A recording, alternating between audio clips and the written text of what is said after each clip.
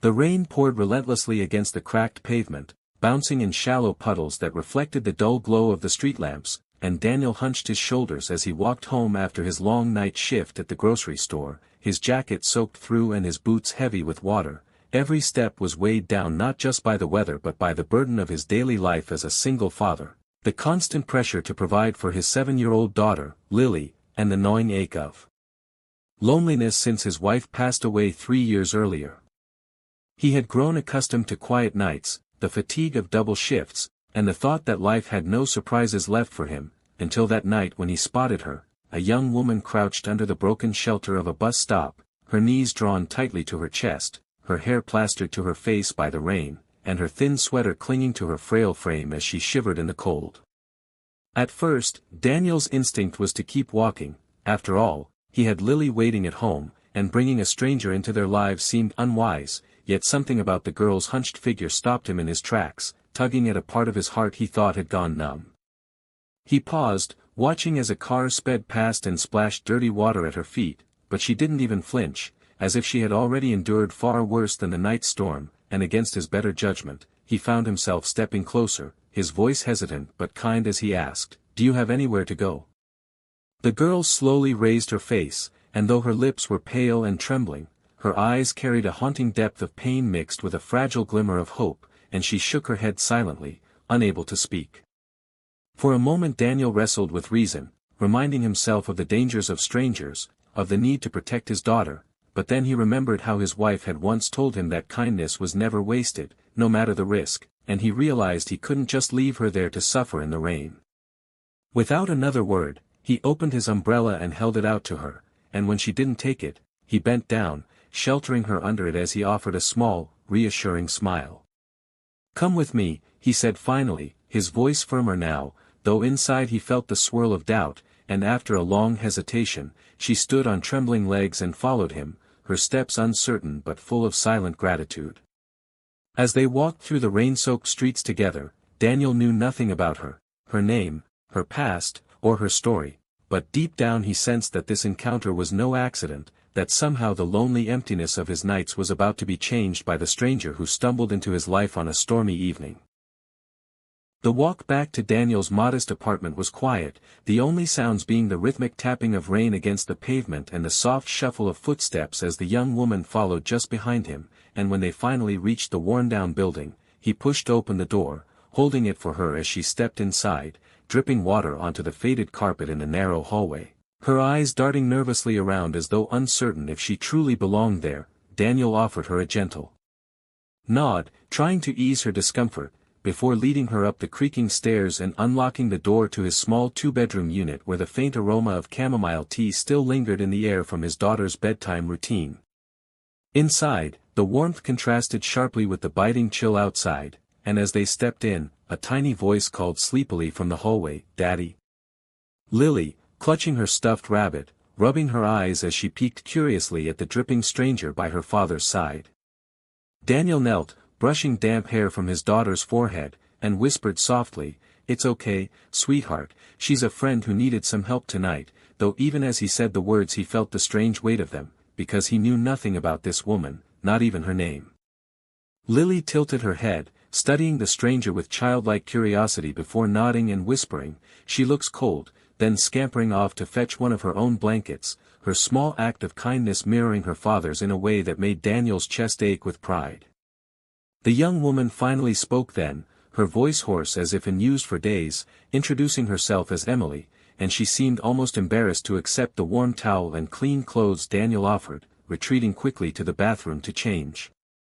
When she returned, her frame still trembled slightly though her eyes no longer looked so hollow, and as she sat at the kitchen table, Daniel set a bowl of steaming soup in front of her, watching her hesitate as though she feared it might be taken away. Only after he gave her an encouraging nod did she lift the spoon, and as she ate, he caught a glimpse of the desperation that had kept her alive on the streets. Between mouthfuls, Emily whispered pieces of her story, how she had fled a violent relationship, how she had spent weeks moving from park benches to abandoned buildings, too proud to beg yet too broken to find a way out, and though she spoke softly, every word settled heavily in Daniel's heart, stirring a deep compassion that overrode his lingering doubts. After the meal, Emily's exhaustion overcame her, and Daniel guided her to the small guest room that had been empty for years, watching as she lay down on the bed with tears glistening in her eyes, whispering, "Thank you," before sleep claimed her. Standing in the doorway, Daniel felt a strange shift within himself. His home, once defined by silence and routine, now carried the fragile presence of a stranger who felt oddly significant, and though he couldn't explain it, he sensed that by opening his door that night, he had also opened the possibility for something far greater than he had imagined. The days that followed blurred into a rhythm neither Daniel nor Emily had anticipated, as what began as one night of shelter slowly stretched into a week, and then another, and with each passing day the boundaries between guest and family grew softer, until Emily's presence felt less like an intrusion and more like a missing piece sliding quietly into place. She insisted on helping around the house despite Daniel's protests, sweeping the small kitchen floor, folding laundry, and preparing simple meals that filled the apartment with smells far warmer than the microwave dinners he was used to, and when Daniel came home late from his second job, tired and sore, he often found Lily sitting cross-legged at the table with Emily, laughing over silly drawings or practicing spelling words, their bond deepening in a way that brought both joy and an ache to his heart, for though he was grateful beyond measure, he couldn't ignore the voice in his head that warned him not to grow too comfortable, not to let down his guard with someone whose past he barely knew. Yet every time doubt crept in, it was overshadowed by moments that felt too real to dismiss, the way Emily instinctively reached for Lily's hand when they crossed the street, the tenderness in her voice when she told bedtime stories, the sparkle in Lily's eyes whenever Emily praised her for finishing her homework, and the genuine gratitude that colored Emily's every action, as if she could never fully repay the kindness of being given a safe place to breathe. Daniel noticed, too, how Emily was changing. Her shoulders no longer slumped with defeat, her voice carried more confidence, and sometimes, when she thought no one was watching, she hummed softly to herself as she cooked, a sound that filled the apartment with a warmth he hadn't realized he missed. Still, doubts gnawed at him, and one night after tucking Lily into bed, he sat at the kitchen table with Emily and asked if she planned to stay long. She looked at him with eyes both steady and vulnerable, admitting she didn't want to be a burden but also confessing she hadn't felt this safe in years. Daniel didn't know how to respond, torn between caution and the undeniable pull of something deeper, but that night as he checked on Lily, he found her fast asleep on the couch, clutching a drawing she had made, a picture of 3 stick figures holding hands beneath a bright yellow sun, labeled Daddy, Me, and Miss Emily, and his throat tightened at the innocence of it, at the way his daughter already saw Emily as family without hesitation or fear. Holding the drawing in his hand, Daniel realized that the walls he had built around his heart since his wife's passing were slowly crumbling, not from anything dramatic but from the quiet, steady presence of a woman who had walked into their lives on a rainy night and reminded them both that love and trust could still grow from the most unexpected of places. Morning light spilled softly through the curtains, casting a warm glow across the small apartment, and Daniel awoke to the sound of laughter, a sound that had been absent from his home for far too long, carrying from the kitchen where Lily sat perched on a chair, giggling as Emily guided her tiny hands to crack eggs into a bowl without spilling a single drop. For a moment, Daniel simply watched, heart swelling with a mixture of awe and disbelief, marveling at the way this stranger, who had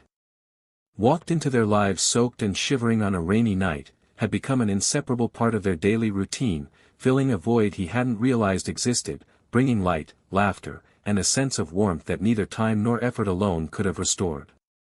Over breakfast, their chatter flowed effortlessly, with Lily eagerly sharing school stories and Emily listening attentively, offering gentle encouragement and laughter that sounded like music in Daniel's ears, and as he sipped his coffee, he realized the apartment felt different, not just cleaner or brighter, but alive in a way that suggested hope had returned to a life long overshadowed by exhaustion, grief, and loneliness.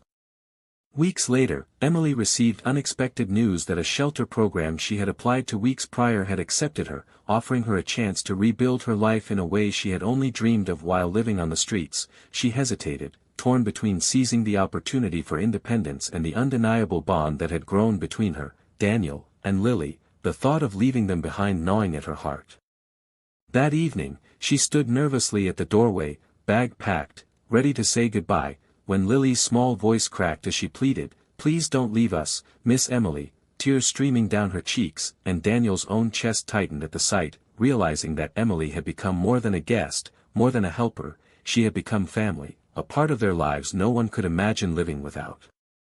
Emily knelt, embracing Lily and holding back tears of her own, whispering promises of visits, hugs, and love, and Daniel, standing behind them, made a decision that surprised even himself, asking gently but firmly if she would stay, not as a temporary visitor but as a permanent part of their family, someone who had saved them in ways he could not yet articulate. She looked at him, eyes shimmering with gratitude and relief, and nodded, a smile breaking through the years of hardship she had carried silently. In that moment, Daniel realized that the miracle of that rainy night extended far beyond a simple act of kindness. It had created a bond that would heal old wounds, restore lost hope, and build a family not by blood, but by love, courage, and the decision to open one's heart when it mattered most, proving that sometimes, the smallest act of compassion could change lives forever. And indeed, that night, with Emily and Lily beside him, Daniel finally felt the fullness of home, of family, and of a miracle that had quietly taken root in the most unexpected way.